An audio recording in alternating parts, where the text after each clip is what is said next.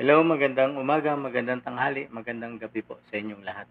Nagbabalik po yung lingkod, Deo Durano TV 2.0.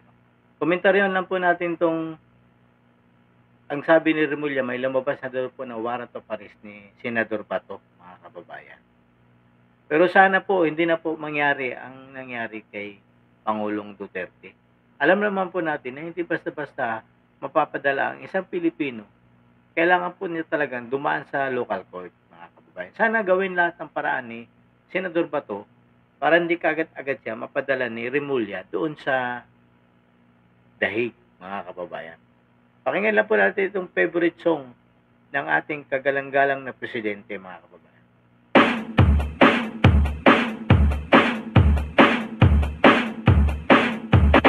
Dancing with the beat with DJ Glenn on the mix. Marcos bangag, Marcos bangag, Marcos bangag, bangag, Marcos bangag, Marcos bangag, bangag, Marcos bangag, Marcos bangag, bangag, Marcos bangag, Marcos bangag, Marcos bangag. Yan ang favorite song ng ating kagalang-galang na presidente, mga kababayan. So pakinggan lang po natin itong komentaryo ng Bilyonaryo TV regarding sa sinasabi ni Remulla na may lumabas na daw po na warrant of arrest. Pero tuligsain po natin ang mga kawatan sa gobyernong ito, mga kababayan. Lalong-lalo na yung mga nasa kongreso na walang humpay na kanilang pagkaliwat kanan ng pagnanakaw sa pera ng bayan, mga kababayan. Ang nangyari po sa Cebu ngayon, sana hindi mauulit sa atin dito ngayon sa Metro Manila, sa Northern Luzon, sa Central Luzon, at sa karatig bayan ng mga lalawigan na ito. Kasi alam ko hanggang Rizal, Calabarzon, kasama pati Metro Manila, mga. Sana naghanda na ang pamahalang ito ni BBM, mga kababayan, para sa bagyong ito. Isipin mo, bago dumating ang bagyo, nag-action ng ating presidente November 6 pa. Pero kailan yun dumating ang bagyo?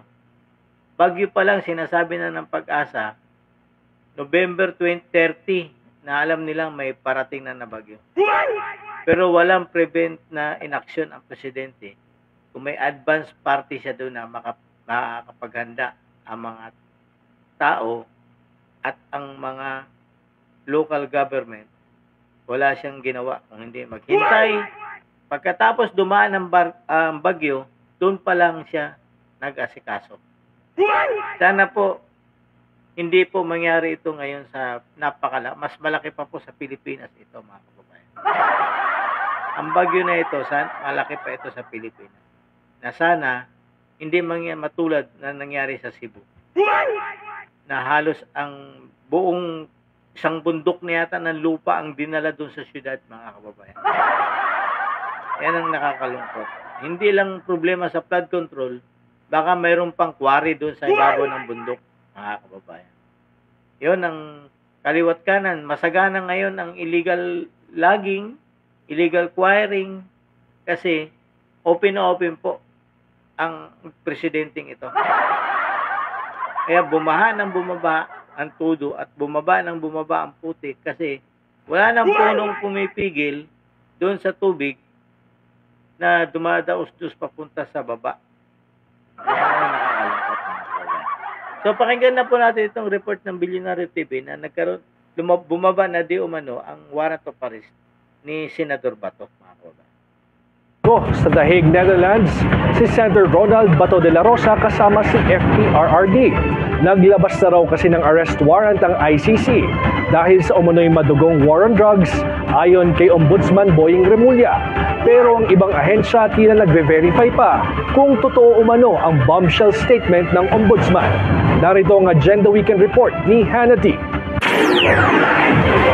Unang naglandfall ang isang bagyo kay Senator Bato de la Rosa at pwede ring granted na ang wish niya at sumunod na kay dating Pangulong Rodrigo Duterte sa ICC detention. Inilantad kasi ni Ombudsman Jesus Crispin Remulla nitong Sabado sa publiko na may warrant of arrest na umano ang ICC laban kay De La Rosa. Siya ang nooy PNP chief sa termino ni Duterte nang ilunsad ang kampanya kontra droga na uplan tukhang. Ilang araw matapos maaresto si Duterte at i-turn over sa ICC sa The Hague, Netherlands, pumutok ang balitang pwedeng si De La Rosa ang isusunod ng International Tribunal. Pero tila unbothered ang senador noon at sinabi sa Senate media na handa raw siyang samahan ng dating Pangulo sa detention habang nahaharap sa crimes against humanity. I can run, I can run. And I can use some connections to hide. And napakalaki ito Pilipinas. If all legal remedies are exhausted and still justice is to no avail, then what can I do? I may as well, I can join the old man. Hinihintay pa ng kampo ni De La Rosa ma-verify ang nasabing warrant of arrest laban sa kanya. Matatanda ang tulad noong haina ng ICC Red Notice sa FPRRD noong March 11. Wala ring agarang kumpirmasyon mula sa bahagi ng ICC. Pero ayon sa legal counsel ni De La Rosa, umaasa silang dadaan sa proper judicial process ang warrant at pag-aresto sa senador alinsunod sa konstitusyon, due process at sovereign rights ng Pilipinas. Sa bahagi naman ng Senado, iginiit ni Senate President Tito Soto na para ma-preserve ang dignidad ng higher chamber, hindi nila papayagang may maarestong senador sa loob ng Senate premises. Pero sa labas ng premises nito, hindi na raw ito concern ng Senado. Una na rin kasing in-explore ni De La Rosa ang kanyang options at isa rito ang posibleng paghingi ng tulong sa Senado oras na mahainan ng warrant. Hanggat kaya nga niya, hanggat kaya ng Senate President na kupkupin niya muna ako, hindi niya muna ko i-surrender kung may warrant of arrest na. Sa ICC documents hinggil sa kaso ni Duterte, may nakasaad na may co-perpetrators siya para i-neutralize umano ang mga target nilang kriminal kaugnay ng tukhang. Pero redacted ang mga pangalan nito. May chain of command umano ito at network para ma-implement ang sistematikong pagpatay. Sa pagtatala ng iba't ibang human rights groups, hindi bababa sa 6,000 individual ang nasawi sa kampanya kontra droga. Ayon naman sa DILG, as of noontime ng November 8, wala pang natatanggap na anumang red notice ang ahensya laban kay De La Rosa, kaya wala pa raw actionable document para respondihan ng departamento. Matatandaang may papel na ginampanan ang DILG at PNP sa pagsuko kay FPRRD sa kustodiya ng ICC. Kaya tanong ng marami, ganito rin kaya ang mangyayari sa dating PNP chief na si Duterte? Yan ang nakakalungkot mga kababayan. Magkaiba po ang sinasabi nila ngayon. Ang sabi ni Boying Rimulya, may warrant of arrest na daw. Ang sabi naman ng kapatid niya na sa DILG, wala pa silang hawak na nakikitang warrant. Sino kaya ang nagsasabi ng totoo sa dalawang Rimulya na to, mga kababayan? Kasi alam naman po natin, itong mga to, mga saksakan ng sinungaling ito. Diba po? Alam naman po natin na ayon kay Boying Rimulya, nung bago pa lang kay Bato, kay Pangulong Duterte pa lang, sinasabi na nito, hindi nila i-entertain ang ICC. And yet, sila pala nagbibigay ng mga dokumento sa ICC. Saksakan ng sinungaling po ito, mga kababayan. Ang hindi ko lang alam, baka pandagdag ito sa diversionary tactic nila para lalong matabunan ang flood control. Kaya lang po, hindi po nila matatabunan kasi katatapos lang ho ng Bagyong Tino at may parating pa na si Juan. Mas malaki pa ito kay Tino.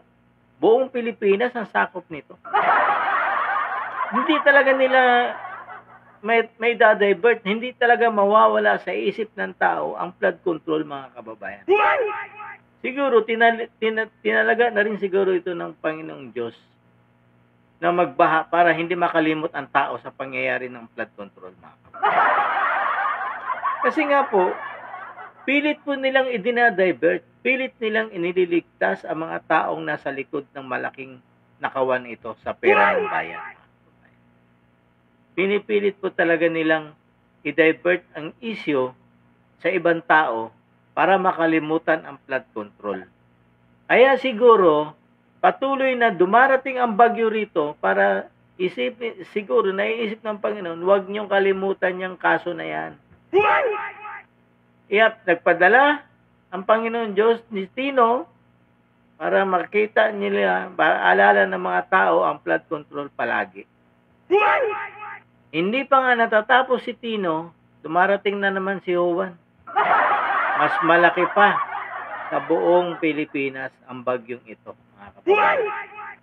Ngayon, titingnan natin kung malalaman natin kasi dadaan ito ng Region 1.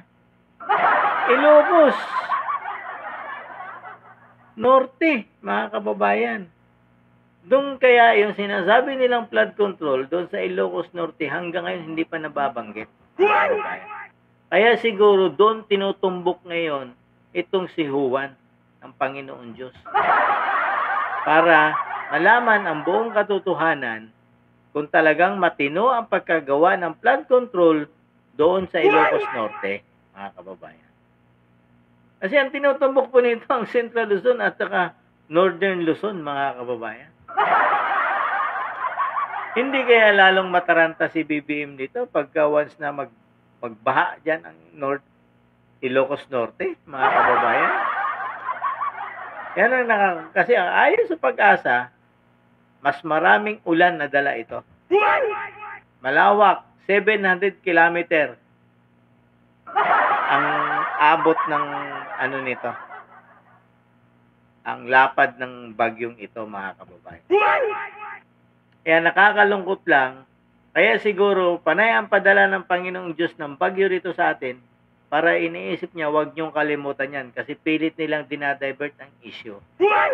Para matabunan, matakpan ang katotohanan na kung sino talaga ang pinaka-mastermind dito sa nakawan ng pera ng bayan. Kaya siguro hindi pumapayag ang Diyos na kalimutan natin ito. Kasi Diyos na rin mismo ang nagpapadala ng mga bagyo dito sa atin. Sa Pilipinas, mga kabayan. Isipin nyo, katatapos lang ng Tino, hindi pa nga nakaka-recover ang Cebu. Palabas pa lang si Tino, may parating na naman. Matapos sa Visayas, ang Northern Luzon naman ang tinutumbok ng bagyong ito. At yung flood control doon, hindi pa pinag-uusapan, mga kababayan. Alam naman po natin lahat, ang Northern Luzon ang hindi pa nababanggit, particularly ang Region 1. Kaninong bayan yun, mga kababayan? Di ba sa kagalang-galang na presidenteng BBM? Yan siguro. Kaya ito, ano na rin sa atin to ng Panginoon na huwag niyong kalimutan yung kaso na yan. Kasi tayo, mga Pilipino, madali tayo makalimot. Kasi tinatakpan nila pilit yung kaso Tinatakpan nila yung mga mastermind, mga kababayan. Yung mga hayop sila. Ngayon, nagkandamatay na naman yung mga Pilipino doon sa Cebu.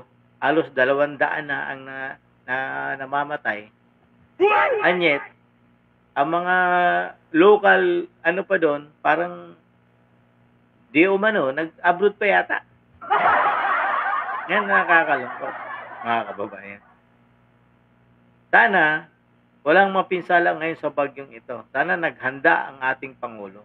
Kasi, lagi nilang hinahanap, lalo-lalo na yung mga troll farm, hinahanap nila ang Vice Presidente. Hindi naman si BP Sara ang Presidente. Vice President lang po si BP Sara. Mas nauna pang tumulong yung Vice President, kahit wala siya rito, ang mga tulong nakarating agad sa Cebu. Pero ang presidente natin, ilang araw muna bago pumunta ng Cebu. Nagparty pa yata ang ating presidente bago pumunta ng Cebu. Yan ang nakakalungkot, mga kababayan. And yet, ang mga troll farm, ang hinahanap si BP Sara. Kung wala nang magawa yung mga presidente niyong si BBM, palayasin na ninyo yan dyan sa Malacanang at hayaan natin si BP Sara magtrabaho sa trabaho niya. Tingnan natin kung malaki ang pagbabago ng Pilipinas. Yan po, mga kababayan. Hanggang dito na lang po muna ako. Ako po ulit si Deo Durano. Don't forget po to like, share, and subscribe to my YouTube channel, Deo Durano TV 2.0. God save the Philippines.